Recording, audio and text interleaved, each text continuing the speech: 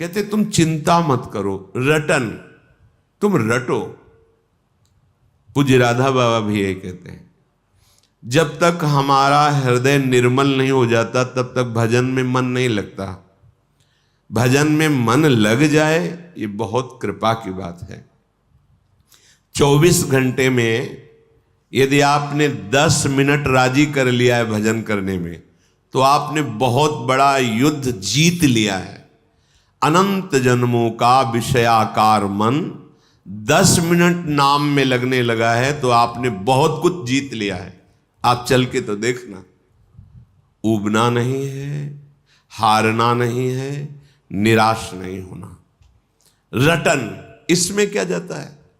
मन लगे न लगे, पवित्र हो ना पवित्र हो, कुछ कैसे कुभाव हो, कुछ अश्रद्धा हो, कैसे भी हो, इसमें हम तो कोई शर्त नहीं रख रहे। रटन, राधा राधा राधा राधा राधा राधा राधा राधा, क्या जाता है? आप स्नान किए हैं कि नहीं किए हैं, आपका भाव कैसा है, आपके आचरण कैसे हैं, बिल्कुल चिंता मत करो।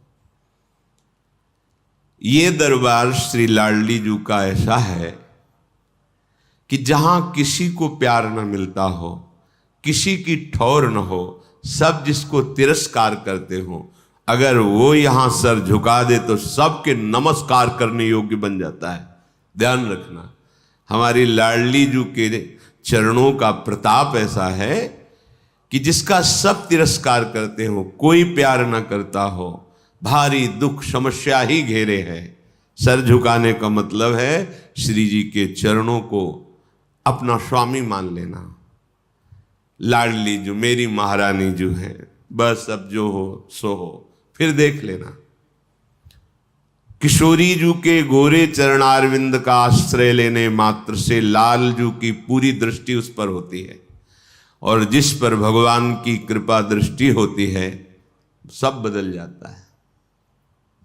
जा पर नाथ करो तुम दाया, तो ताहि सदा शुभ कुशल निरंतर, सुर नर मुनि प्रसन्न ताऊ पर, सोई विजयी विनयी गुण सागर, तासु सुजस त्रैलोक उजागर।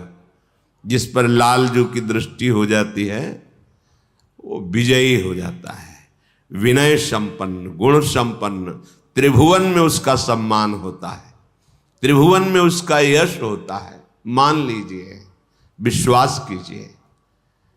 रटन, श्रीपाद आदेश कर रहे हैं, रटन। ये प्रारंभ में अपने जीवन की बात बता रहे हैं।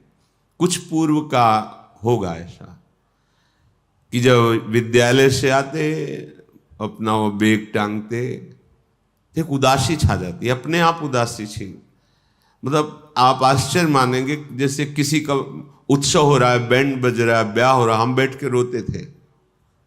पता नहीं कौन सा संस्कार पूर्व का था, और बस एकांत में होता था, हमारी समस्या का हल होना चाहिए। बच्चे थे, यही हम उस जगत गुरु प्रभु को प्रणाम करते हैं जो अव्यक्त रूप से खींचते हैं।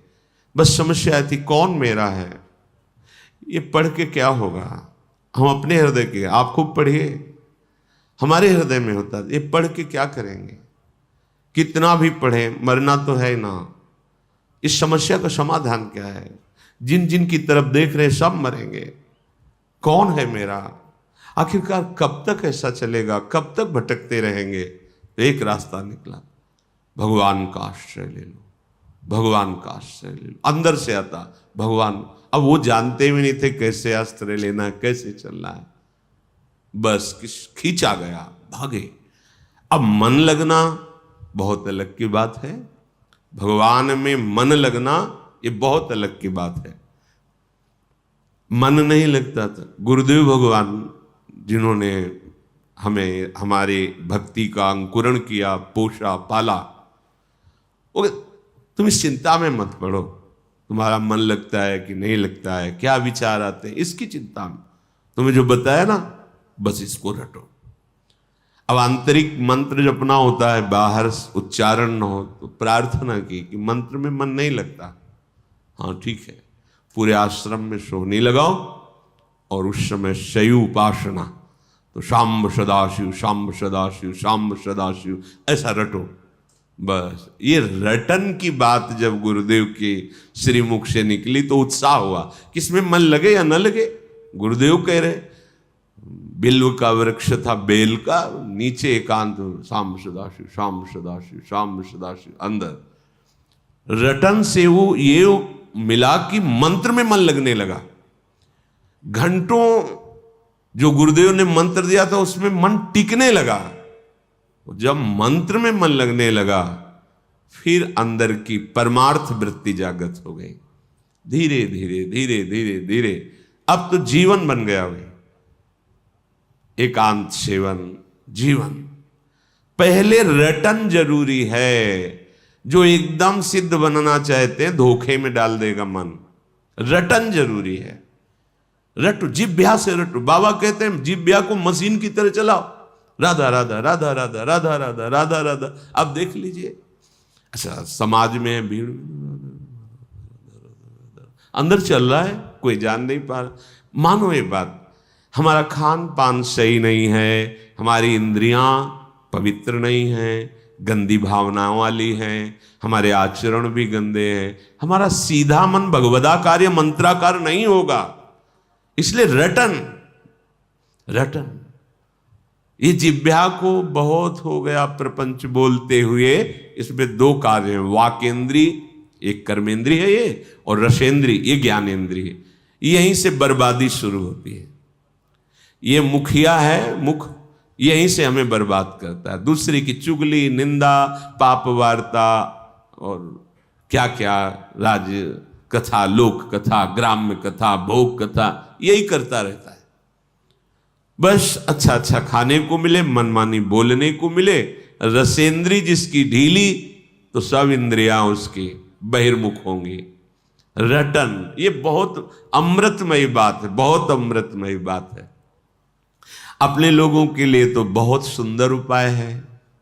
श्रीमद चतुराशी जी, कोई एक पद याद कर लो, एक अक्षर में श्यामा श्याम विराजमान, एक एक अक्षर में श्यामा श्याम का प्रगट साक्षात्कार कराने में सर्व सामर्थ्यशाली है ये श्रीमद चतुराशी जी। श्याम श्यामा प्रगट, प्रगट अक्षर निकट, प्रगट रस स्रवत अति मधुर वाणी। एक पद कोई याद कर लो, कंठस्थ कर लो, उसी को 100 बार गाओ। आप देख लो, कोई भी एक पद जो आपको सहज में याद हो जाए। सुन मेरो बचन छबीली राधा, तय पायो रस सिंधु अगाधा। तू वृषभानु गोप की बेटी, मोहन लाल रसिक हस बेटी। जाहि विरंचि उमापति नाये, तापै तय बन फूल बिनाए। जो रस नेति नेति श्रुति भाख्यो, ताको ते अधर सुधा रस चाख्यो। तेरो रूप कहत नहीं आवे, जैसे हित हरिवंश कछुक जस। 100 बार गाओ, इसी को गुनगुनाओ। देखो आप चमत्कार देखो। ये मान लो, हमारी प्रार्थना मान लो।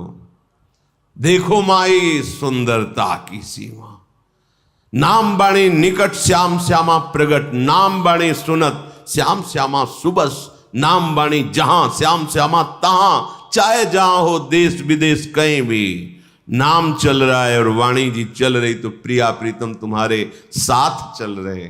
विश्वास मानो, ये करते करते एक दिन आपको अनुभव हो जाएगा कि मेरे युगल सरकार मेरे साथ चलते हैं। पहला आदेश है, आह मेरे कौन से पुण्य उदय हो गए कि मुझे वृंदावन आने को मिला। बोले नहीं नहीं, पुण्य नहीं, कारुण्य, करुणा की। पुण्य में इतनी कहां दम थी कि ऐसा मिलता। मेरी महारानी लाडली जो ने करुणा कर दी, मुझे धाम का सानिध्य दिया, वास दिया, आश्रय दिया, दर्शन दिया, रज में बैठ के सत्संग सुनने का सौभाग्य दिया। तो आप कह रहे हैं ये सहज में दिव्य लीला स्फुरित कर देगा। धाम है, पर क्या करो, रटन वृंदारण्य, अविरत माने निरंतर, बिना रुके।